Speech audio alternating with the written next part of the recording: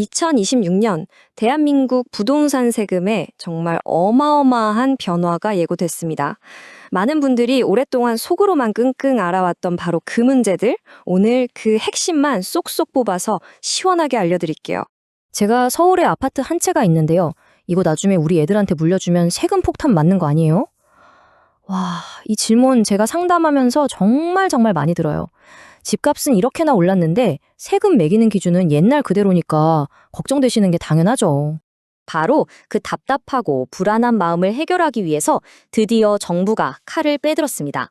2026년을 목표로 한 이번 세금 개편의 키워드는 딱 두 가지, 감세와 합리화입니다. 한마디로 낡아빠진 규정은 싹 걷어내고 지금 시대에 맞게 제도를 바꾸겠다는 아주 강력한 신호라고 볼 수 있겠죠. 자, 그럼 가장 큰 변화, 제일 궁금해하실 것부터 바로 들어가 볼게요. 무려 25년 만에 손보는 상속세입니다. 이건 그냥 세금 좀 깎아주는 수준이 아니고요. 부모 세대의 자산이 자녀 세대로 넘어가는 그 방식 자체를 완전히 뜯어고치는 그야말로 역사적인 개편이에요.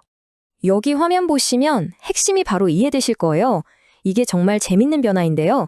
지금까지는 왼쪽처럼 아버지가 남긴 재산, 그러니까 피자 한 판 전체에 대해서 세금을 왕창 매기는 유산세 방식이었어요. 근데 앞으로 바뀔 유산 취득세는요, 오른쪽처럼 내가 실제로 받은 피자 조각, 딱 그만큼에 대해서만 세금을 내는 방식입니다. 누가 봐도 훨씬 합리적이죠? 당연히 세금 부담도 확 줄어들 수밖에 없는 구조고요. 근데 여기서 끝이 아닙니다. 진짜 강력한 한 방이 더 있어요. 바로 자녀 공제인데요. 말 그대로 자녀 한 명당 세금을 안 내도 되는 금액이에요.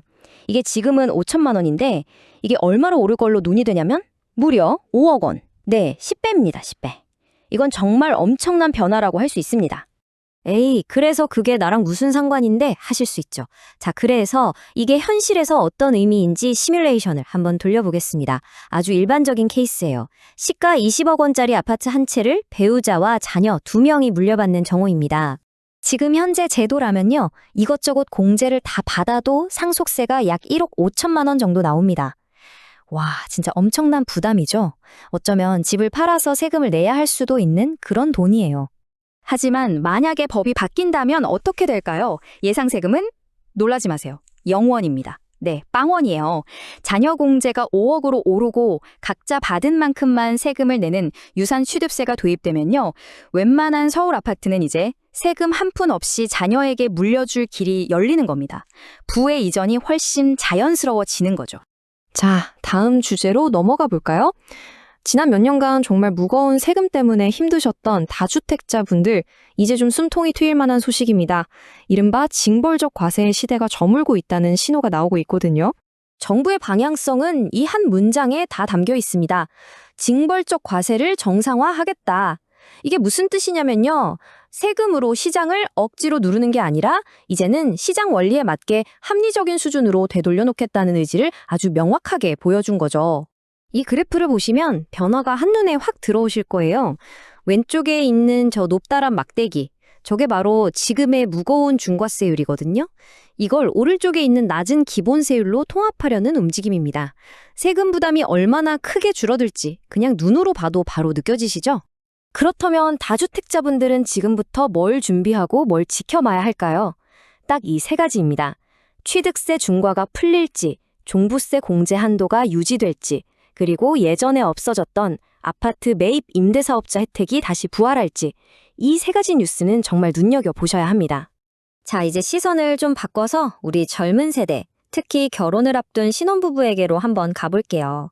내 집 마련할 때 가장 큰 벽이 뭐예요? 바로 초기 자본, 종잣돈이잖아요. 이 문제를 해결해줄 아주 강력한 제도가 이미 시행되고 있습니다. 방법은 생각보다 간단해요. 결혼할 때 신랑 쪽 부모님한테 1억 5천, 신부 쪽 부모님한테 1억 5천, 이렇게 합해서 총 3억 원을 세금 한 푼 없이 받을 수 있게 됐어요. 중요한 건 이건 원래 있던 10년간 5천만 원 공제랑은 아예 별개라는 거예요. 그러니까 사실상 3억이 넘는 목돈을 합법적으로 부담 없이 마련할 길이 열린 셈이죠. 여기서 진짜 중요한 실무 팁 하나, 이거 정말 꼭 기억하셔야 해요. 이 돈으로 집을 살 때는요, 반드시 자금 조달 계획서라는 서류에 증여 항목으로 명확하게 부모님께 받았습니다 라고 쓰고 신고해야 합니다. 이거 그냥 대충 넘어가거나 빼먹으면 나중에 진짜 골치 아픈 일이 생길 수 있거든요. 꼭 기억해두세요. 자, 지금까지 정말 중요한 변화들을 쭉 훑어봤습니다. 근데 이런 지식들 그냥 머릿속에 담아두기만 하면 아무 소용 없겠죠? 이제는 이걸 여러분 각자의 상황에 딱 맞는 구체적인 행동 계획, 나만의 전략으로 바꿔야 할 때입니다.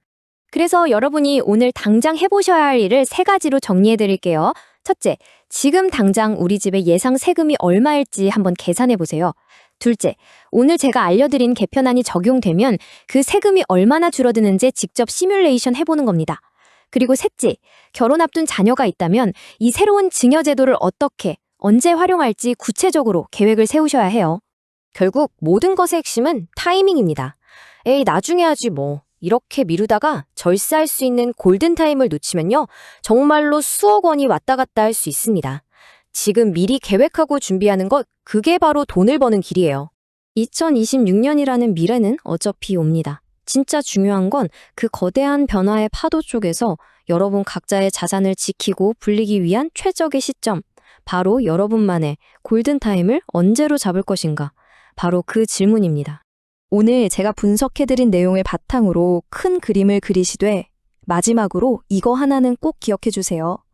오늘 내용은 어디까지나 일반적인 정보 제공을 위한 것이고요. 모든 최종 결정은 반드시 세무 전문가와 직접 상담해서 본인 상황에 맞는 최적의 방법을 찾으시길 바랍니다.